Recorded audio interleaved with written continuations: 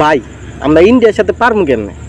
ওরা 142 কোটির মধ্যে খেলতেছে 11 জন, আমরা 18 কোটির মধ্যে খেলতেছি 11 জন। আমাদের থেকে 8 গুণ লোক বেশি থাকতে ওরা 11 জন খেলতেছে। ওগো এক একজনের পাওয়ার আমাদের থেকে 8 গুণ বেশি। আমরা যে সময় মারি ভাই, বল এত আগে ওঠে, মনে হয় যে আসমানে জায়গা যাইব, মনে হয় 150 মিটার একটা ছয় হইব। পরে গিয়ে দেখি 13 গজও পার হয় না। বোলিংয়ে আরামে ক্যাচ নিতাস, আর ওরা যেটা মারে আমরা চিন্তা করি বোলিংয়ের তুই মনে হয় ক্যাচটা হইব। বলে এত আগে ওঠে, আমরা মারে তো বোলিং পিচ পার করতে পারি না। ওরা ভাবে ওই বোলিং পিচ পার হইতো না, এই 13 গজই পার হইব। পরে গিয়ে দিই ও 105 মিটার ছয় ওই জায়গা। ওই যে হেরা আমাদের থেকে 8 গুণ পাওয়ার বেশি, এই জন্যই হেরা 8 উইকেট বাকি থাকতে খেলা জিতে। ওই যে হেরা 8 গুণ পাওয়ার বেশি।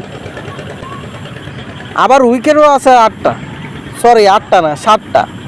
এই জায়গার মধ্যে দেখা উর্বরতা শক্তি একটু কমে গেছে। এই জায়গায় 8 উইকেটে জিতার কথা ছিল, একটা বুঝে উইকেট পড়ে গেছে। এই জায়গায় হেরা 7 উইকেটে জিতছে।